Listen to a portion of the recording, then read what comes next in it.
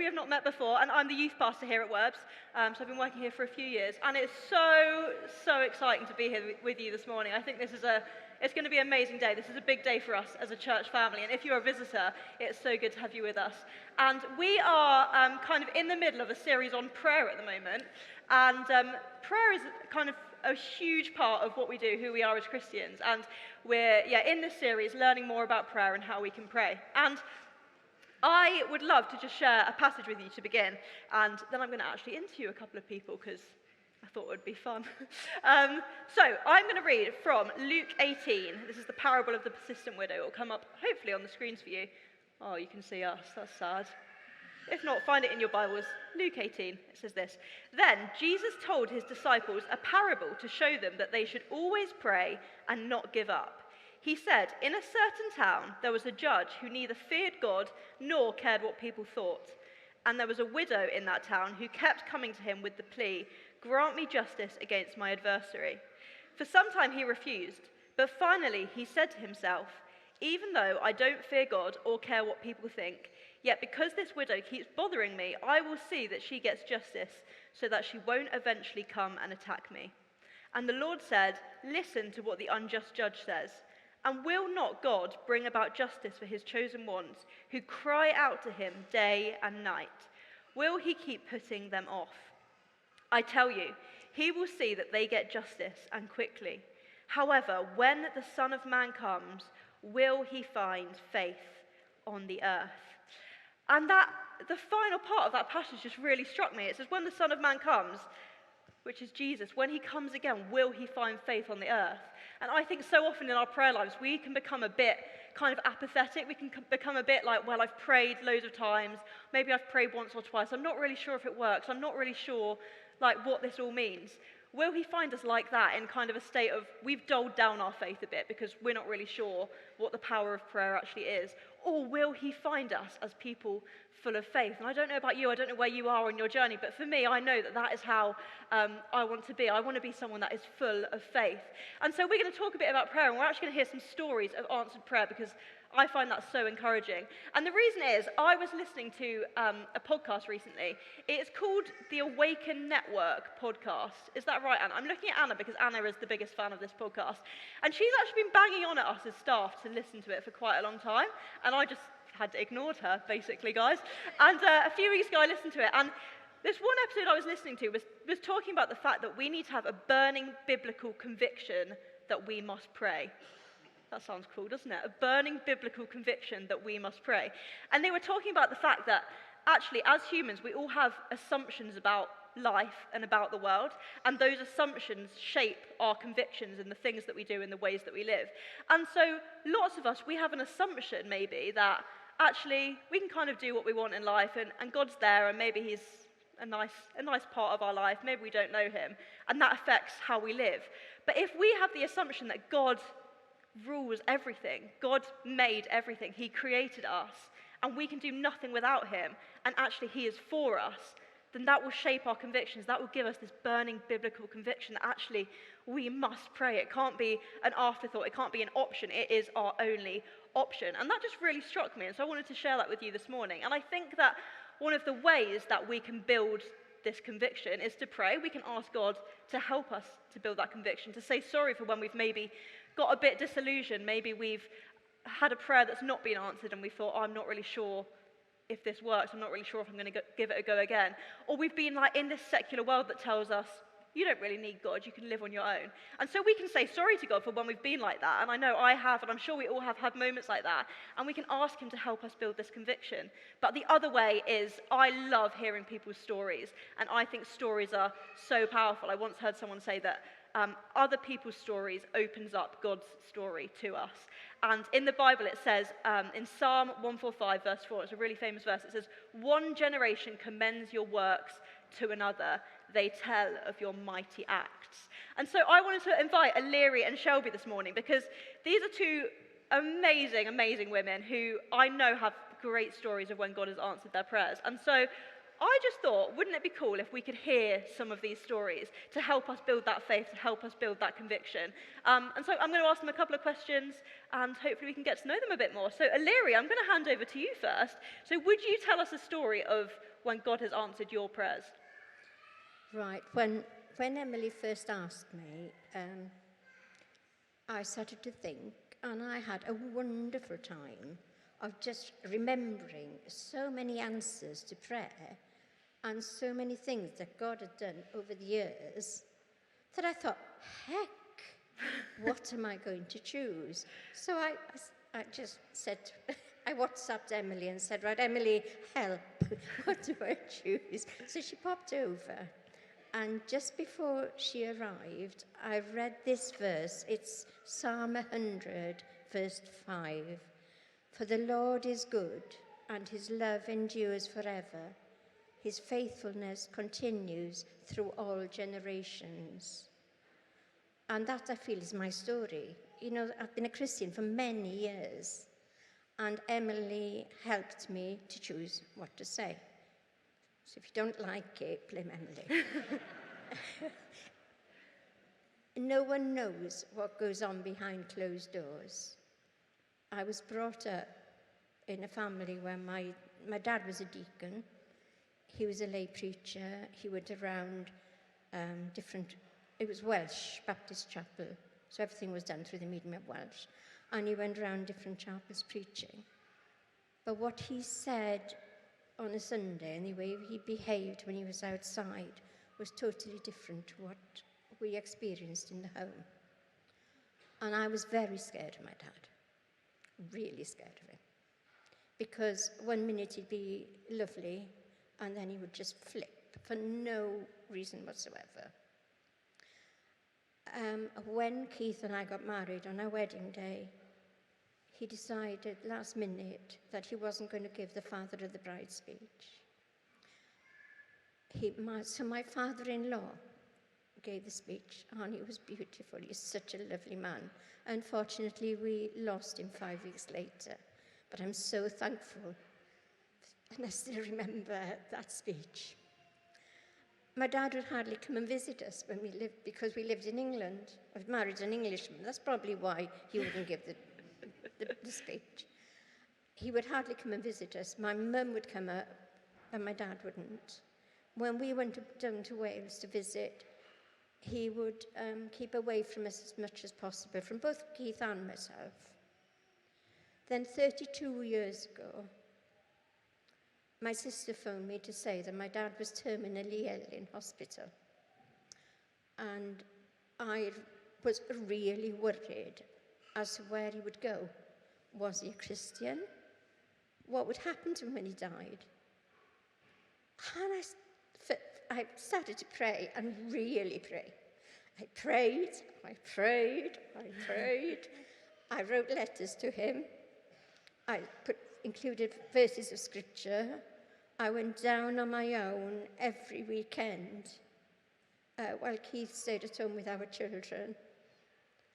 And on the 4th, when I went to visit him, as I went into the hospital, he was in a ward, a room on his own, and he had lung cancer, and his breathing was so rasping, I could hear it as I walked down the corridor. On the 4th, Friday, my sister phoned and said he's not expected to last the weekend. So I packed my bag quickly. I was going to go on the Saturday, but I went on the Friday night. And I arrived down there in the early hours of the morning, and I went straight to the hospital. And I could hear his breathing as I went down the corridor. And I went to pull the chair, and I sat next to him. It was just me and him. And I just sat with him through the night. And after a while, he just looked at me, and I was looking at him. And I felt, without him saying a word, that he was saying sorry. And I felt such a sense of forgiveness come from me. And it was such an amazing work of God that we understood each other. And God gave me an understanding that Daddy had been damaged, that he'd been damaged from being a child. And God was in it. So I stayed with him through the night. The morning came, I went back to my mum's house, to their house, which is about 45 minutes away. So my mum went to sleep. Then later on, we went back to the hospital. Later on that afternoon, and we were there as a family, my dad said, now I want you all to go, but I want Hilary to stay. First time in my life, my dad had asked for me. So I stayed with him. The others had gone. I was sat at the bottom of the bed and to the side, in silence. After a while, he started to describe what he could hear. Now, I couldn't hear any of this, but he described angels singing beautiful songs. And these angels were singing, and he was describing it, but he wasn't describing it to me. He didn't even know I was there. This was a conversation going on between him and what he could see, what he could hear. And then after a bit, he just said, oh, don't go. Oh, that singing is so beautiful. Don't go, don't go, don't go. And then he realized I was there. And he just said, oh, you can go and get the others now. And that was it. Later on, the ward sister said to us quietly outside his room, we don't think he's going to last the night. Can somebody stay with him? So I said, oh, I'll stay. So I left them to it, and I went back to bed. And as I was getting ready to leave the house, my mum, my sisters and brothers-in-law came back, and they just said he'd got very distressed, so my mum couldn't cope with it. She wasn't coping. She didn't believe he was dying. So I was a bit later leaving than I should have done, and I drove to the hospital. And as I was driving through the darkness, it was late anyway, I looked at the clock in the car, and I thought, what if Daddy dies and I'm not there and nobody's with him? And then I thought, he'll be okay. He'll be with God. When I got to the hospital, they told me that was the exact moment that Daddy had died. And I knew deep with every fibre of my being that he'd gone to be with Jesus, that my prayers had been answered. And if I've got a minute to share that portion of scripture, can you put up John 14, please, 1-6? This is the passage that came to me. Do not let your hearts be troubled. You believe in God, believe also in me. My Father's house has many rooms. If that were not so, would I have told you that I am going there to prepare a place for you? And if I go and prepare a place for you, I will come back and take you to be with me, that you also may be where I am. Daddy had gone to be with Jesus. Amazing. Thank you so much, Hilary. Why don't we give her a round of applause?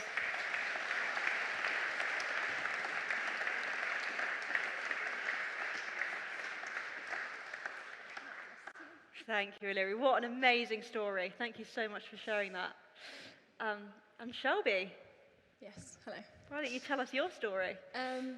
One of many, I'm sure. Yeah, definitely. Okay, a bit of context.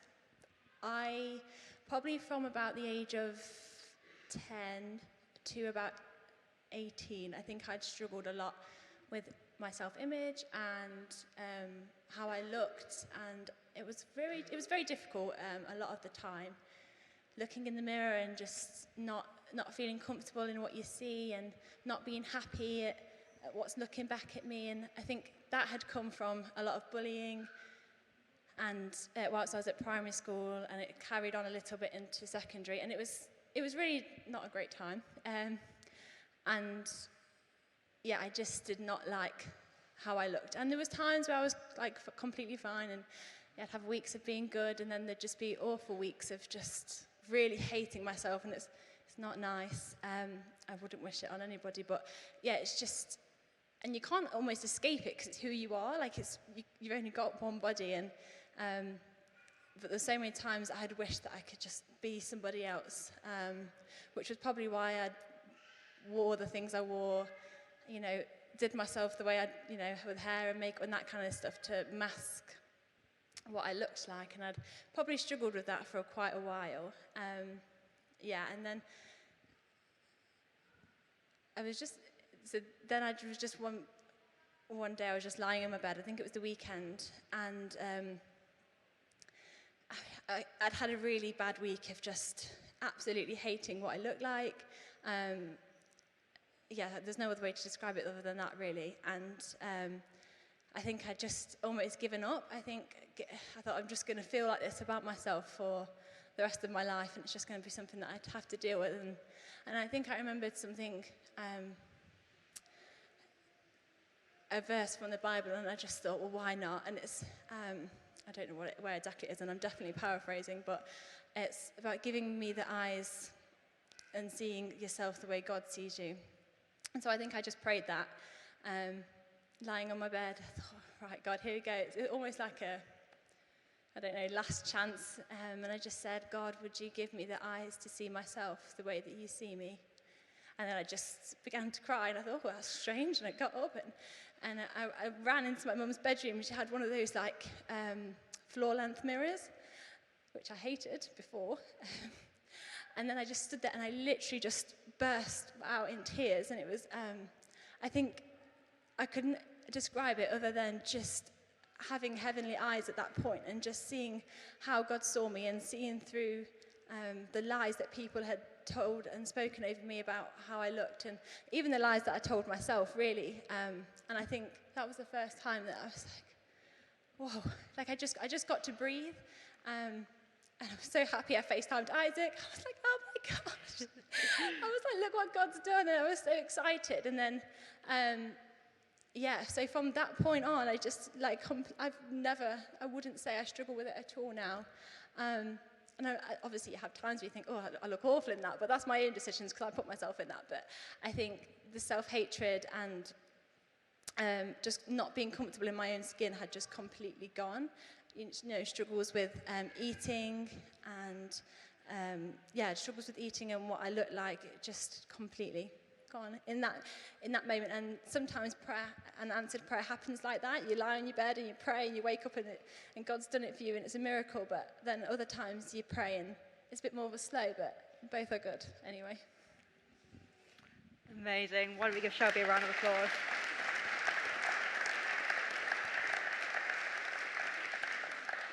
Brilliant. Thank you so much, guys. And I hope these stories have encouraged you. They encouraged me just hearing them. And maybe you're sat here and you're a Christian, but actually you've not heard stories like that for a while and you need to kind of reignite your faith. Maybe you're not a Christian and you don't know what you think about prayer or if it's real, but just take these two stories and have a think about them. And we really believe that God answers prayers. And thank you guys so much for sharing.